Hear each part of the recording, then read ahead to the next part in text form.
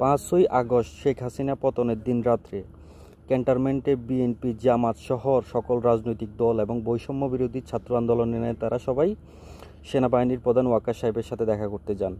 সেখানে সিদ্ধান্ত হয়, ছাত্র নেতাদের পক্ষ থেকে দাবি করা হয় ডক্টর মোহাম্মদ ইউনূসকে যাতে অন্তর্বর্তীকালীন সরকারের প্রধান উপদেষ্টা করা হয়। সেই সময় সেনাপ্রধান তাদেরকে পাল্টা প্রশ্ন করেন, why doctor Yunus, why not other person. তখন ছাত্রনেতারা তাদের সিদ্ধান্তে অটল ছিলেন। ওই মুহূর্তে আমাদের সেনাপ্রধান সিদ্ধান্তটাকে এভাবেই স্বাগত জানান যে আমি বুকে পাথর চাপা দিয়ে সিদ্ধান্তটা মেনে নিলাম। এখন বৈষম্য বিরোধী ওই সময় যেসব ছাত্রনেতা ছিল তাদের কাছে প্রশ্ন, বিএনপি সহ অন্যান্য দল কি ডক্টর মোহাম্মদ ইউনূসের বিরোধিতা করেছিল?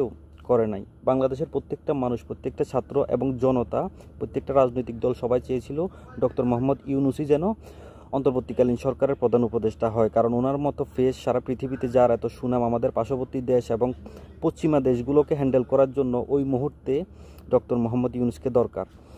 ওই মুহূর্তে আরও একটা প্রস্তাব এসেছিল যে জাতীয় সরকার গঠনের, অর্থাৎ প্রত্যেকটা রাজনৈতিক দলের থেকে অংশ নিয়ে, প্রত্যেকটা রাজনৈতিক দলের প্রতিনিধি নিয়ে উপদেষ্টা পরিষদ গঠিত হবে। কিন্তু ওই মুহূর্তে বিএনপি তার জীবনের সবচাইতে বড় ভুলটা করছে, পাশাপাশি জামাত সহ অন্য নেতারা।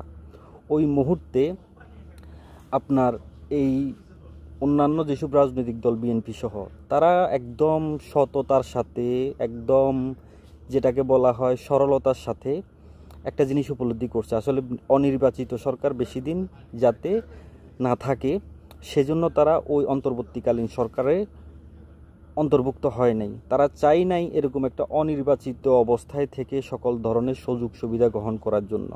এবং ওই মুহূর্তে বিএনপি সহ অন্যান্য রাজনৈতিক দল সেই প্রস্তাব নাকচ করে দেয়। ছাত্র প্রতিনিধিদের রাখা হয় এবং ডক্টর মোহাম্মদ ইউনূস তার পরিচিত আশেপাশের লোকদেরকে নিয়ে একটা উপদেষ্টা পরিষদ গঠন করেন। এখন প্রশ্ন হলো, বিএনপি এখানে ভুলটা কোন জায়গায় করছে? বিএনপির ভুলটা এই জায়গায়, বিএনপি এদেরকে বিশ্বাস করছে সরল মনে। বিএনপি ভেবেছিল যে এরা যদি আপনার উপদেষ্টা পরিষদে থাকে হয়তো 2-4-6 মাস, সর্বোচ্চ 1 বছর পরে একটা নির্বাচনের পরিবেশ তৈরি হবে, সংস্কার, মোটামুটি সংস্কারগুলো সবাই একমত হলে সেই সংস্কারগুলো পরবর্তী সরকার এসে পার্লামেন্টের মাধ্যমে বৈধ উপায়ে সংস্কারগুলো পার্লামেন্টে বিল উত্থাপনের মধ্য দিয়ে আইনে পরিণত করবে। এটা ছিল প্রাথমিক লক্ষ্য। কিন্তু আবার একটা জিনিস খেয়াল করবেন, ওই মুহূর্তে শুধুমাত্র আসিফ এবং আপনার নাহিদ ছিল উপদেষ্টা, তখন আপনার মাহফুজ ছিল প্রধান উপদেষ্টার বিশেষ সহকারী। হাসনাত এবং আপনার সার্জিস ওই মুহূর্তে কিন্তু সাংবাদিকদের বলেছিলেন যে আমাদের আসিফ এবং এই নাহিদ নিজেদেরকে স্যাক্রিফাইস করছে, তারা আগামী নির্বাচনে অংশগ্রহণ করবে না অন্তর্বর্তীকালীন সরকারে থাকার কারণে। দ্যাট মিনস একটা বিষয় স্পষ্ট ছিল, ক্লিয়ার ছিল, যারা ওই সরকারে থাকবেন সবাই থাকবেন নিরপেক্ষ, কেউ পরবর্তীতে ওই সরকারে থেকে রাজনীতির সাথে যুক্ত হবেন না। কিন্তু বর্তমানে উপদেষ্টা পরিষদের বিশেষ করে ছাত্রদের একটা আলাদা দল হয়েছে, যারা এখন ওখানে ছাত্রদের সাথে আছেন বা উপদেষ্টা পরিষদে আছেন, তারা যে এনসিপির সদস্য সেটা ওপেন সিক্রেট। এখন কত হলো, বিএনপি যদি ওই সময় উপদেষ্টা পরিষদে এদের বিশ্বাস না করে যোগ দিতেন তাহলে কি হতো? এদের বিশ্বাস করে বিএনপি যে ক্ষতিটা হয়েছে, বিএনপি এখন সেটার ফল পাচ্ছে। এদেরকে বিশ্বাস করার ফলে এখন এরা ক্ষমতায় বসে বিএনপি এবং জামাত উভয় দলকে সিস্টেমে বাঁশ দিচ্ছে। আসিফ মাহমুদ সহ এদিকের অংশ, এখানে অবশ্যই উপদেষ্টা পরিষদের বাকি সদস্যদের হাত আছে, এরা ভিতর থেকে গুটি নাড়তেছে আর এরা দাবার গুটির মতো বাকিটা খেলতেছে। একদিকে খেলতেছে আসিফ দাবার গুটি হয়ে, আরেকদিকে খেলতেছে মাহফুজ জামাত নিয়ে। অতএব তারা ভিন্ন একটা সোসাইটিকে, ভিন্ন মতের বাম থেকে শুরু করে আরও আন্তর্জাতিক কিছু বিষয় আছে, এদেরকে তাদের কাছে টানার জন্য। অতএব এখানে একটা জিনিস স্পষ্ট যে এনসিপি যে জনসমর্থন তলানিতে ছিল, আওয়ামী লীগ নিষিদ্ধের ইস্যু এবং বিএনপি ইশরাকের ইস্যুকে কেন্দ্র করে তারা আবার মাঠে থাকতে চায়, ফোকাসে থাকতে চায়। ডক্টর মোহাম্মদ ইউনূস যখন বাংলাদেশের তার বিরুদ্ধে বিভিন্ন ধরনের ষড়যন্ত্র হচ্ছিল, ওনাকে বিভিন্ন মামলা হামলা এবং গ্রামীণ ব্যাংক নিয়ে যখন সমস্যা হচ্ছিল, খালেদা জিয়া প্রথম ব্যক্তি যিনি মহান সংসদে দাঁড়িয়ে ডক্টর মোহাম্মদ ইউনূসকে নিয়ে গ্রামীণ ব্যাংকের বিরুদ্ধে ষড়যন্ত্রের বিপক্ষে কথা বলেছিলেন। আন্দালিব রহমান পার্থ সংসদে দাঁড়িয়ে ওনার পক্ষ নিয়ে কথা বলছিলেন। তখন ছাত্র উপদেষ্টারা কি বলবো, তখন তো হয়তো স্কুলে, হয়তো প্রাইমারি লেভেলে থাকতে পারে, হাই স্কুলে ওঠে নাই। আপনাকে কারা কখন দুঃসময় কারা পাশে ছিল, আপনাকে এই বিষয়টা বিবেচনায় নিতে হবে। বিএনপির সদস্যরা যদি উপদেষ্টা পরিষদে থাকতো, জামায়াতের জুনায়েদ সাকি, তারপরে আমাদের ভিপি নূর, তারপর আন্দোলিব রহমান পার্থ, এই লোকগুলো যদি ওই মুহূর্তে জাতীয় সরকারে অন্তর্ভুক্ত হতো, আজকে কি এই ডার্টি গেম যেটা খেলতেছে, নোংরা রাজনৈতিক খেলা যে খেলতেছে বর্তমান সরকার কিছু কতিপয় উপদেষ্টা এবং তাদের এনসিপিকে সুবিধা দেওয়ার জন্য, এই ডার্টি গেমটা কি তারা খেলতে পারতো? এই উপদেষ্টা পরিষদ হতো অর্ধেক বিএনপির নিয়ন্ত্রণে, বাকিটা থেকে জামাতের 2-4 জন থাকতো, অন্যান্য রাজনৈতিক স্টেক হোল্ডারদের থাকতো, সাথে এই যে আপনার ছাত্র উপদেষ্টারা থাকতো। তখন বিএনপির উপদেষ্টা পরিষদের উপর আলাদা একটা নিয়ন্ত্রণ থাকতো। বিএনপি কিন্তু তাদের কোনো সক্রিয় নেতাকর্মীকে ওই উপদেষ্টা পরিষদের অংশ করেনি, শুধুমাত্র একটা নিরপেক্ষ অন্তর্বর্তীকালীন সরকার চেয়েছে বলে। কিন্তু আপনারা কি করলেন? বিএনপি সেই সরল বিশ্বাসকে আপনাদেরকে 8-9 মাস নিঃশর্ত সমর্থন দিয়ে আসছে। এই 8-9 মাস নিঃশর্ত সমর্থন, এবং তারেক জিয়া সরাসরি বলেছেন এই সরকারকে ব্যর্থ হতে দেয়া যাবে না।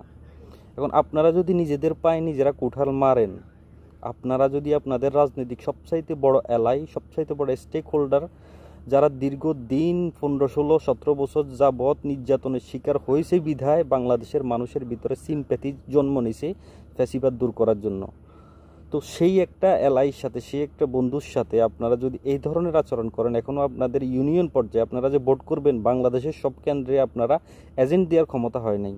আপনারা যদি তাদের সাথে তাদের অবদানকে ভুলে যান, তাদের স্যাক্রিফাইসকে ভুলে যান, তাহলে দেশের মানুষ ভবিষ্যতে কী আশা করবে? একটা জিনিস স্পষ্ট, বিএনপি, এনসিপি কিংবা জামায়াতের ভিতরে আজকে যদি কোনো ধরনের সংঘর্ষ হয় এবং সরকার যদি এটাকে সংঘর্ষের দিকে যেতে দেয়, আপনারা যে আইনে যেই লোকের কাছে আপনারা শপথ গ্রহণ করেছেন চুপ্পু, আইনগতভাবে কিন্তু হিসাব করলে চুপ্পুরও বৈধতা থাকে না। তো ইশরাকের বিষয়টা অলরেডি আদালত থেকে মীমাংসিত বিষয়। নির্বাচন কমিশন আদালতের রায় শুনে তারপর যে গেজেট প্রকাশ করেছে, 1 মাস সময় ছিল। আপনারা কেন এই ডার্টি গেম খেললেন? আসিফ নজরুলও কিন্তু এটার পিছনে কম দায়ী না। পিছন থেকে দাবার গুটি সেও চালতেছে, পাশাপাশি আরও কিছু উপদেষ্টা আছে। ঢাকা শহরে বিএনপির একটা শক্ত প্রশাসনিক অবস্থা হোক, তারা কখনো চায় না। কিন্তু আপনারা যদি এই ডার্টি গেম খেলতে যান, নির্বাচন কমিশন ঘেরাও করতে যান, এই করতে চান, সেই করতে চান, তারপরে আপনার অন্তর্বর্তীকালীন সরকারের উপর একটা চাপ সৃষ্টি করতে চায় এনসিপির লোকেরা স্থানীয় সরকার নির্বাচন নিয়ে, তখন বিএনপি যদি সর্বোচ্চ টুল ব্যবহার করে, তাদের সর্বোচ্চ ম্যান পাওয়ার ব্যবহার করে, তাদের দেশীয় এবং আন্তর্জাতিক শক্তিকে কাজে লাগিয়ে যদি যমুনা মুখে মার্চ করে, এটা আসলে ঠেকাতে পারবেন না। কারণ আওয়ামী লীগ 17 বছর চেষ্টা করে বিএনপিকে ধ্বংস করতে পারে নাই, যখন বাংলাদেশের আর কোনো শক্তি তাকে ধ্বংস করতে পারবে না। কারণ বিএনপি হচ্ছে মানুষের দল, বিএনপিকে মানুষ ভালোবাসে, খালেদা জিয়াকে মানুষ ভালোবাসে, জিয়াউর রহমানকে মানুষ ভালোবাসে। সংবিধানে মহান আল্লাহর প্রতি বিশ্বাস, আস্থা সর্বপ্রথম জিয়াউর রহমান বাংলাদেশের সংবিধানে যুক্ত করেছে। এমনকি বাংলাদেশের ইতিহাসে প্রত্যেকটা মানুষ জানে জিয়াউর রহমানের কী অবদান। সবাই সেজন্যই বলে জিয়াউর রহমানের পরে বাংলাদেশের সবচাইতে জনপ্রিয় নেতা পেয়েছে বাংলাদেশ মোহাম্মদ ইউনূসকে। আপনি আপনার সম্মানটা রাখুন, আপনি আপনার সম্মানটা বিএনপি সহ সারা দেশের মানুষ আপনাকে যেভাবে দিয়েছে সেটা ভুলে যাবেন না। যদি ভুলে যান, পরিণতি আপনি ভালো করে জানেন।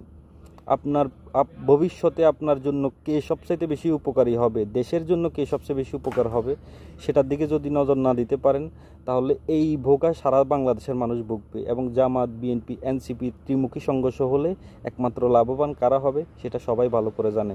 সুতরাং সময় থাকতে একটা পদক্ষেপ নিন, আর নাইলেও পরে সবাই আফসোস করতে হবে।